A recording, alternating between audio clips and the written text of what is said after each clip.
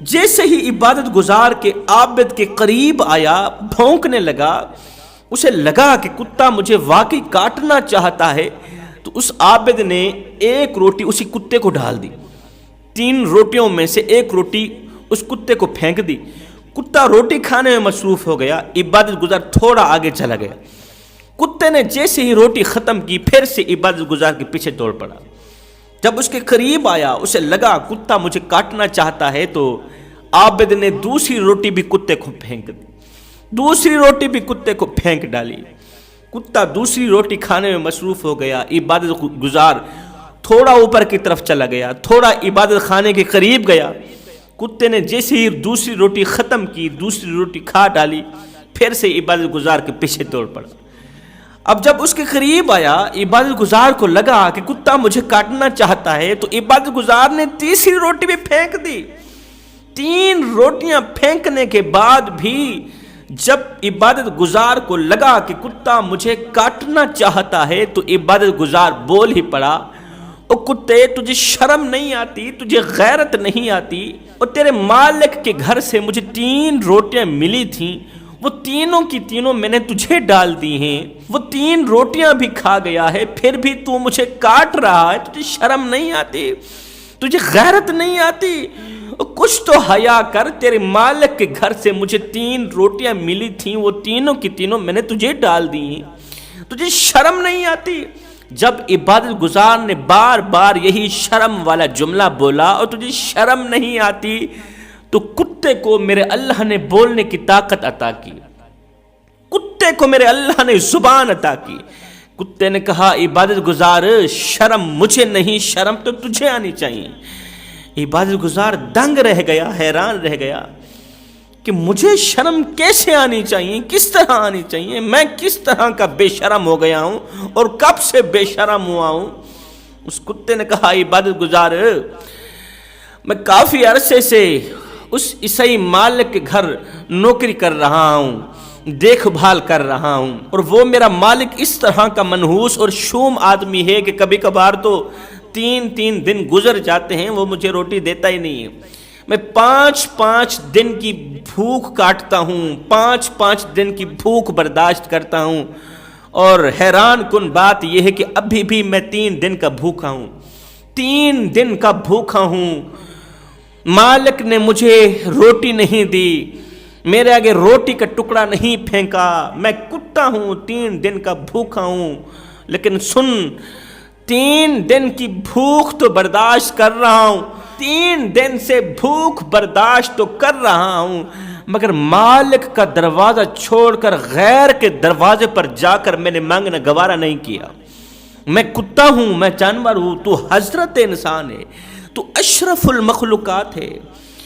میں کتا ہو کے اتنی سوچ رکھتا ہوں کہ 3 دن کی بھوک کاٹ رہا ہوں، مگر مالک کا دروازہ چھوڑ کر غیر کے دروازے پر جا کر میں نے مانگنا گوارا نہیں کیا، اور تو کس طرح کا عابد ہے،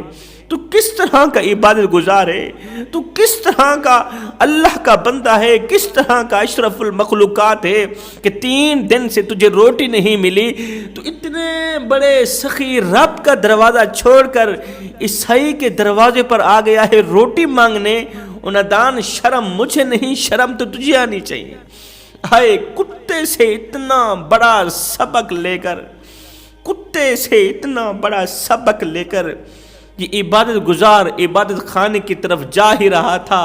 اور رو رو کے کہہ رہا تھا دنیا والو، اللہ کی چوکھٹ چھوڑ کر غیر کے دروازے پر جا کر روٹی مانگنے مت جانا، اللہ کا دروازہ چھوڑ کر کسی غیر کے دروازے پر مت جانا، مت جانا۔ اگر چلے گئے تو یاد رکھنا کتا تم سے بازی لے گیا، یاد رکھ لینا پھر جانور تم سے بازی لے گیا۔ اس لیے میں کہتا ہوں جب بھی مانگو رب سے مانگو، مصطفیٰ کریم کا صدقہ مانگو۔ جب مصطفیٰ کریم کا صدقہ مانگو گے تو پھر وہ رب تمہیں اس قدر عطا کرے گا کہ تم مالا مال بن جاؤ گے، پھر تم فرش پر بیٹھ کر طلب کرتے جاؤ گے، اللہ عرش پہ بیٹھ کے کن کہتا جائے گا۔ اللہ فرماتا ہے تم مجھ سے مانگو میں تمہیں عطا کروں، میں تمہاری خالی جھولیاں بھر دوں۔ اگر تم مجھ سے نہیں مانگو گے تو پھر میں تم پر غضب فرماؤں گا۔ دور قدیم کا ایک ظالم بادشاہ تھا، اللہ تعالیٰ نے اسے اس قدر دولت عطا کی کہ وہ دولت کے نشے میں آ کر اپنے رب کو بھول بیٹھا، بتوں کی پوجا کرتا تھا، وہ آگ کی پوجا کرتا تھا، اور وہ مسلمانوں پر ظلم و ستم کے پہاڑ توڑ رہا تھا، بڑا ہی ظالم بادشاہ تھا۔ ایک دن ایسا آیا، یاد رکھنا، رات کو دن میں بدلنے والا رب، مشکل کو آسانی میں بدلنے والا رب، ناممکن کو ممکن بنا دینے والا رب کبھی دے کر آزماتا ہے اور کبھی لے کر آزماتا ہے۔ جس رب کے ہاتھ میں تمہاری عزت ہے اسی کے ہاتھ میں ذلت ہے۔ وہ رب جسے عزت دے ساری کائنات مل کر اسے بے عزت نہیں کر سکتی، اور وہ رب جسے ذلیل کرے ساری کائنات مل کر بھی اسے عزت نہیں دے سکتی، پھر ساری کائنات مل کر اسے عزت والا نہیں بنا سکتی۔ وہ ظالم بادشاہ دولت کے نشے میں آ کر اپنے رب کو بھول بیٹھا اور مسلمانوں پر ظلم و ستم کے پہاڑ توڑنے لگا۔ ایک دن ایسا آیا کہ مسلمانوں نے جہاد کیا، اسے زندہ گرفتار کر کے قاضی کی عدالت میں لے آئے۔ اس ظالم بادشاہ کو زندہ گرفتار کر کے قاضی کی عدالت میں لے آئے۔ قاضی نے اسے ابلتے ہوئے پانی میں سزا دینے کا فیصلہ سنایا۔ اب دیگ کے اندر پانی ڈالا گیا، پانی کو ابالا گیا، اس ظالم بادشاہ کو دیگ کے اندر ڈالا گیا، ابلتے ہوئے پانی کے اندر ڈالا گیا سزا دینے کے لیے۔ اب جیسے ہی پانی ابلنے لگا سزا کے لیے، تو اس ظالم بادشاہ نے اپنے تمام جھوٹے معبودوں کو پکارا، آگ کو پکارا، آگ کی طرف سے کوئی مدد نہ آئی، بتوں کو پکارا، مدد مانگی، بتوں کی طرف سے کوئی مدد نہ آئی۔ جب تمام جھوٹے معبودوں سے مدد مانگی، ان کی طرف سے جب کوئی مدد نہ آئی، تو اس نے آسمان کی طرف دیکھا، رو کر کہا لا الہ الا اللہ، لا الہ الا اللہ کا اقرار کرتے ہوئے رو کر کہنے لگا، اے اللہ، اس وقت میری طرف سے تمام معبود سو گئے ہیں، میرے تمام خدا سو گئے ہیں، وہ میری مدد کرنے کو نہیں آ رہے، میں ان کا بندہ ان سے مدد طلب کرنا چاہ رہا ہوں، رو رو کے ان سے مدد کی خیرات مانگ رہا ہوں، وہ اس وقت میری نہیں سن رہے، وہ سو گئے ہیں، ایک تو ہی باقی رہ گیا ہے۔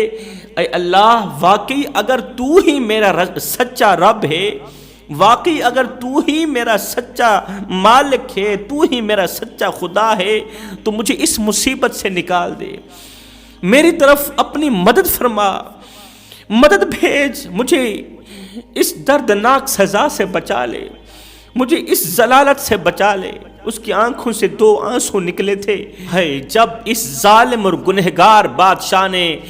لا الہ الا اللہ کا اقرار کیا، اللہ کی وحدانیت کا اقرار کرتے ہوئے اللہ سے مدد مانگی، 2 آنسو بہائے، سچے دل سے خشیت الہی میں، خوف خدا میں اللہ سے مدد مانگی، تو اللہ نے فرمایا، اے بارش برسانے والے فرشتے، ابھی سے بارش برسا دے۔ بارش برسانے والے فرشتے نے کہا، یا باری تعالی، ساری زندگی وہ تیرے بندوں پر ظلم و ستم کے پہاڑ توڑتا رہا ہے، وہ مسلمانوں پر ظلم و ستم کے پہاڑ توڑتا رہا، اس نے مسلمانوں کے پانی بند کیے، مسلمانوں پر ظلم برسایا، اور اگر ایک لمحے کے لیے اس نے کلمہ پڑھ بھی لیا ہے، حالانکہ ساری زندگی وہ جھوٹے خداؤں کو مانتا رہا، بتوں کی پوجا کرتا رہا، آگ کی پوجا کرتا رہا، اگر اس نے ایک لمحے کے لیے لا الہ الا اللہ پڑھ بھی لیا ہے، تو پھر آپ کی رحمت اس قدر اس پر مہربان کیوں ہو رہی ہے؟ میرے اللہ نے فرمایا، اے فرشتے،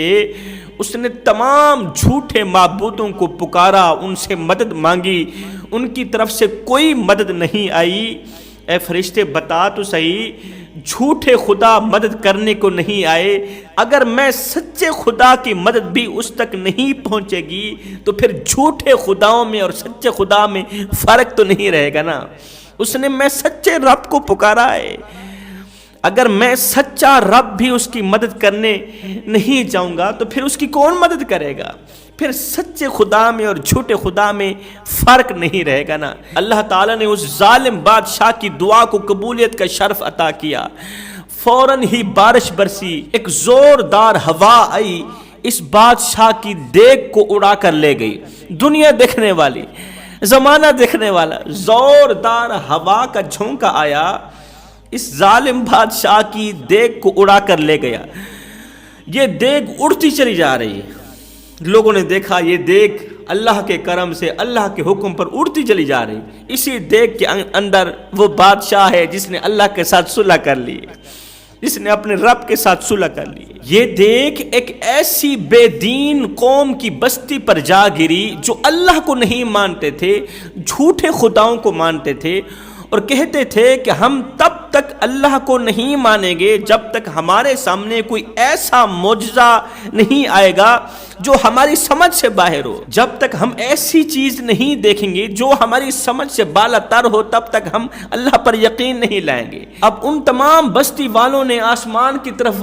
دیگ کو آتے ہوئے دیکھا،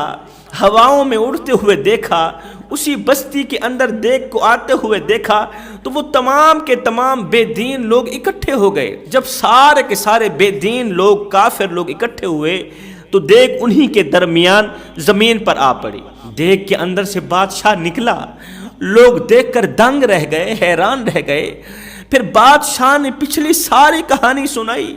بادشاہ نے جھوٹے معبودوں کی حقیقت بیان کی، پھر اپنے سچے رب کی سچائی بیان کی۔ جب اس بادشاہ نے اپنے سچے رب کی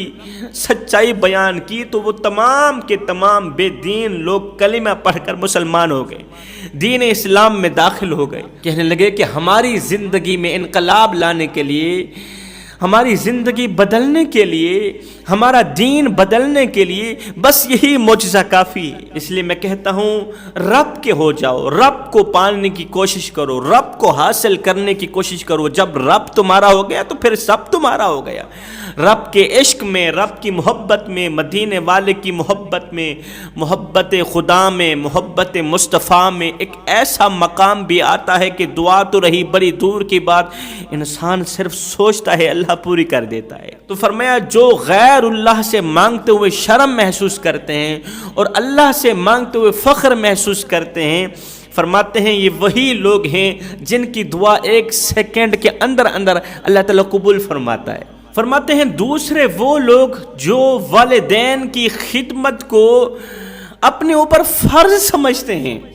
جو کہتے ہیں اگر والدین کی خدمت نہیں کریں گے تو اللہ تعالیٰ ہمیں جنت نہیں دے گا، اللہ تعالیٰ ہماری کوئی بھی دعا قبول نہیں فرمائے گا، اس لیے اپنے والدین کی خدمت کو خود پر فرض سمجھتے ہیں، والدین کے دکھوں کو اپنے دکھ سمجھتے ہیں، والدین کے دردوں کو اپنے درد سمجھتے ہیں۔ میرا اللہ فرماتا ہے ریت کے ذروں کے برابر گناہ کرو، میں رب تمہیں معاف کر دوں گا۔ اگر میں بھی معاف نہیں کروں گا تو کون معاف کرے گا؟ آسمان کے تارے، کتنے تارے ہیں، سمجھ سے بالا تر ہیں، گنتی سے باہر ہیں۔ اللہ فرماتا ہے آسمان کے تاروں کے برابر گناہ کرو، میں رب تمہیں معاف کر دوں گا، مگر دو باتوں پر کبھی بھی کمپرومائز نہیں کروں گا۔ وہ دو باتیں کون کون سی ہیں؟ نمبر ایک، اللہ فرماتا ہے یہ 3 انچ کی پیشانی میں رب کے سوا کسی غیر کے آگے نہ جھکانا۔ اور دوسری چیز، اپنے والدین کو دکھ مت دینا، والدین کو درد مت دینا، والدین کی خدمت کو خود پر فرض سمجھ لینا۔ پھر تم مانگتے جاؤ گے، میں رب تمہیں عطا کرتا جاؤں گا۔ ایک نوجوان تھا، وہ اپنی ماں کو یتیم خانے چھوڑ آیا، ساتھ میں انتظامیہ کو پتہ بھی لکھ کر دے آیا کہ جب میری ماں مرنے پہ آئے تو مجھے اطلاع کر دینا، میں نے اپنی ماں کی تدفین اپنے شہر میں ہی کرنی ہے، اپنی بستی میں ہی کرنی ہے۔ کچھ دن گزرے، جب ماں کا وقت آخر آیا تو انتظامیہ نے کال کی، یتیم خانے والوں نے کال کی کہ تمہاری ماں کا وقت آخر آ گیا ہے، تم نے کہا تھا کہ جب میری ماں مرنے پہ آئے تو مجھے اطلاع کرنا، میں نے اپنی ماں کی تدفین اپنے گاؤں میں ہی کرنی ہے، اپنی بستی میں ہی کرنی ہے، تو نوجوان آ جا، اپنی ماں کو لے جا، اس کا مرنے کا وقت قریب ہے۔ تو یہ نوجوان اپنی ماں کے پاس گیا، ماں کو لے کر آ ہی رہا تھا، کہنے لگا ماں آپ کی اگر کوئی آخری خواہش ہو تو بتا دو، موت کا وقت قریب ہے، نزع کا وقت قریب ہے، آپ کی کوئی آخری خواہش ہو تو بتا دو۔ ماں نے کہا بیٹے اور تو کوئی خواہش نہیں ہے، ایک ہی خواہش ہے، ایک ہی تمنا ہے، اگر ہو سکے تو میرے مر جانے کے بعد، میرے اس دنیا فانی سے رخصت ہونے کے بعد، یتیم خانے کے اندر میرے کمرے کے اندر جو پنکھا تھا نا وہ خراب تھا، وہ چلتا نہیں تھا، پوری گرمیاں میں نے ایسے ہی گزاری ہیں، اگر ہو سکے تو میرے مر جانے کے بعد ایک نیا پنکھا لگا دینا۔ بیٹے نے کہا ماں تو اس دنیا فانی سے جا رہی ہے، تو رخصت ہونے والی ہے،